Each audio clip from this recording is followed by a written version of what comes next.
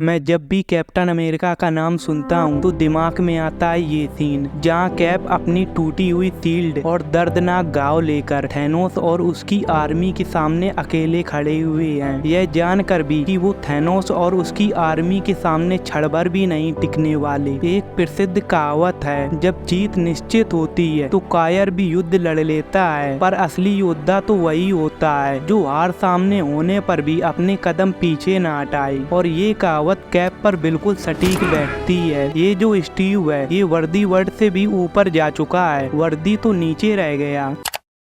Cap का dialogue I can do this हमें बताता है कि कैप हार मानने वालों में से नहीं है। कैप ये डायलॉग तभी बोलते हैं जब वह सबसे ज्यादा चोट खा चुके होते हैं। कैप्टन अमेरिका फर्स्ट अवेंजर में जब वह ब्रुकलिन की स्ट्रीट के कॉर्नर पे पिट रहे होते हैं तो बहुत मार खा लेने के बाद ही वो ये डायलॉग बोलते हैं। और इसी मूवी में आगे जब कैप पर एक्सपेरिमेंट हो रहा होता है तब भी वह बहुत दर्द में होते हैं और डॉक्टर अर्स्काइन के पूछने पर वह ठीक है या नहीं ये कहने की बजाय कहते हैं मैं ये कर सकता हूँ। और यही सेम डायलॉग वो सिविल वॉर में भी बोलते हैं जहाँ कैप सबसे ज्यादा हर्ट होते हैं, वो तब भी यही कहते हैं।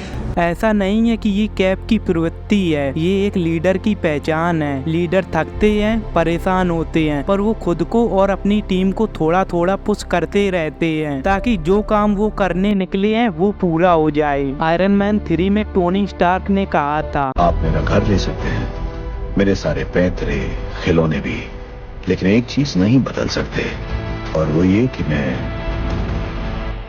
आयरन मैन हूँ। ठीक उसी तरह आप कैप से उसकी स्ट्रेंथ वापस ले सकते हैं, उसकी शील्ड को भी तोड़ सकते हैं, पर एक चीज है जो आप कभी नहीं तोड़ सकते, वो है कैप की रिलेंटलेस विल पावर। और इसी विल पावर की वजह से 100 बार गिरने के बाद भी वह फिर से लड़ने के लिए खड़ा होगा और खड़ा होकर इन द एंड एक ही चीज बोलेगा। कैप के इसी एटीट्यूड की वजह से थॉर जैसे गॉड से लेकर टोनी स्टार्क जैसे ह्यूमन तक और गुस्सैल हल्क से लेकर सन की डेडपूल तक सब उनकी रिस्पेक्ट करते हैं। No doubt curse of knowledge is with Tony Stark but boon with will power is with Steve Rogers. पूरे मार्वल सिनेमैटिक यूनिवर्स में कैप्टन अमेरिका को छोड़कर जितने भी सुपर हीरोज हैं उनमें से मुझे कभी न कभी ईगो वाली फीलिंग जरूर आई है। ईगो यानी अहंकार में इंसान अपने आप को बड़ा और सही समझता है और दूसरों को तुच्छ नजरों से देखता है। जब किसी के अंदर अहंकार ज्यादा होता है तो उसे न्याय से ज्यादा इंटरेस्ट सजा में होता है, वो सॉल्यूशन की जगह एनकाउंटर पसंद करता है। उदाहरण के लिए सिविल वॉर में टोनी स्टार्क को ही ले लो, वो बक्की को जान से मारने पर तुला था, ये जानते हुए भी कि बक्की ने जो भी किया है हाइड्रा के कंट्रोल में रहकर किया है। हाँ, मैं टोनी स्टार्क का दर्द समझ सकता हूँ, उसने अपने पेरेंट्स को खोया था, पर बक्की ने जो भी किया था अनजाने में किया था। अगर अनजाने में किए गए काम की सजा मिलती है तो सबसे पहले सजा टोनी स्टार्क को ही मिलनी चाहिए, क्योंकि अवेंजर्स एज ऑफ अल्ट्रॉन में उसकी गलती की वजह से हजारों लोगों की जान गई थी। लेकिन ठीक इसके विपरीत कैप के अंदर रत्ती भर भी घमंड नहीं है। कैप मारने से ज्यादा बचाने में विश्वास रखते हैं और यही बात उन्होंने कैप्टन अमेरिका फर्स्ट अवेंजर में डॉक्टर अर्स्काइन से कही थी।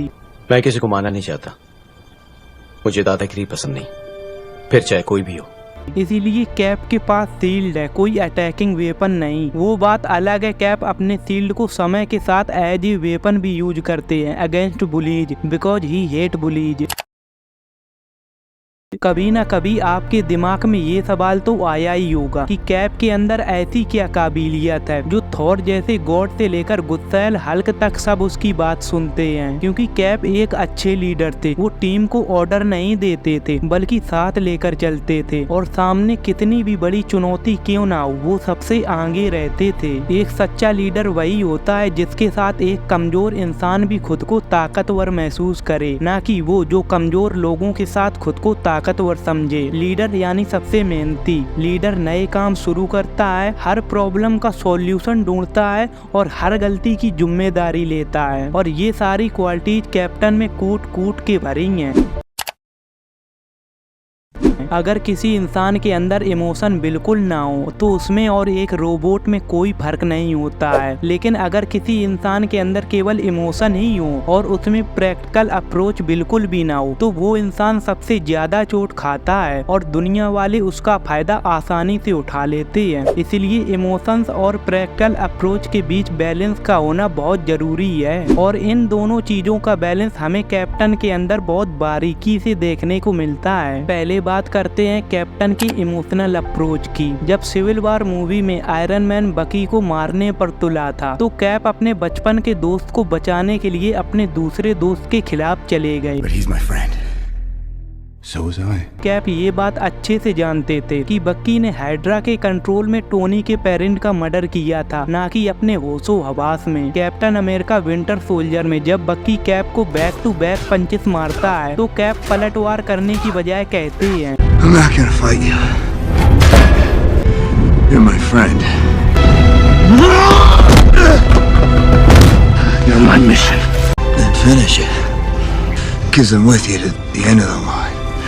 अब बात करते हैं कैप की प्रैक्टिकल अप्रोच की। अवेंजर्स एंड गेम में कैप्टन रिटायर होने के बाद अपनी शील्ड बक्की की बजाय फैल्कन को देते हैं ताकि वो कैप्टन अमेरिका की लेगेसी को आगे बढ़ा सके, जबकि होना ये चाहिए था कि कैप को अपनी शील्ड फैल्कन की बजाय बक्की को देनी चाहिए थी, क्योंकि बक्की कैप का बचपन का दोस्त था और कैप फैल्कन से कुछ सालों पहले ही मिले थे। लेकिन कैप ने इमोशन में न बहकर प्रैक्टिकल अप्रोच ली। कैप ये बात अच्छे से जानते थे कि बक्की को हाइड्रा वालों ने मेंटली बहुत टॉर्चर किया है, ना जाने कितने लोगों की जान ली थी उसने। भले ही वकांडा वालों ने उसका इलाज कर दिया हो पर वह अभी भी पूरी तरह से मेंटली फिट नहीं था। हमने फैल्कन एंड विंटर सोल्जर में देखा था कि उसे अभी भी नाइटमेयर आते थे, इसलिए कैप ने बकी की बजाय अपनी शील्ड फैल्कन को दी ताकि कैप्टन अमेरिका की लेगेसी सुरक्षित रूप से आगे बढ़ सके। अब फैल्कन कैप्टन अमेरिका की लेगेसी को कैसे आगे बढ़ाता है ये तो हमें 14 फरवरी 2025 को रिलीज होने वाली captain America brave new world में ही पता चलेगा।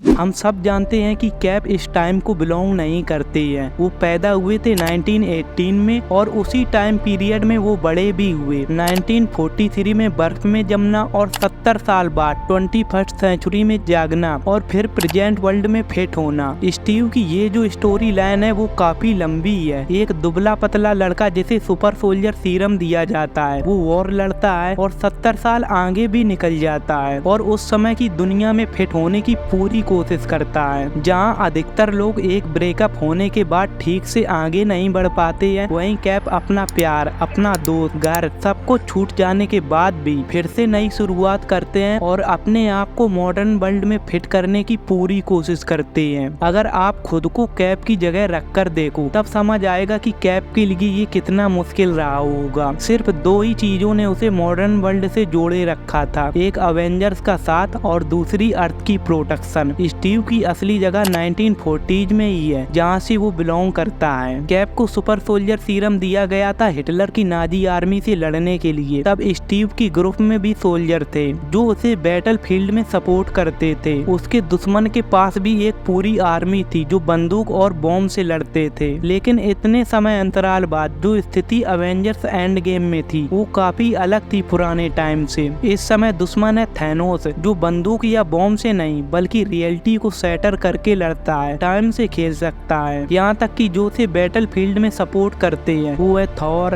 हल्क, आयरन मैन और ये लोग कितने अलग हैं पावर्स के मामले में। सच में कैप्टन इन लोगों के बीच a man out of time ही लगते हैं। अगर आपने ये वीडियो यहाँ तक देख लिया है तो लाइक डिसलाइक जो सही लगे आपको वो कीजिएगा और कमेंट बॉक्स में हमें अपनी राय जरूर बताइए। कैप्टन अमेरिका के अलावा आप किस सुपर हीरोज पर मोटिवेशनल वीडियो चाहते हैं हमें कमेंट बॉक्स में जरूर बताएं।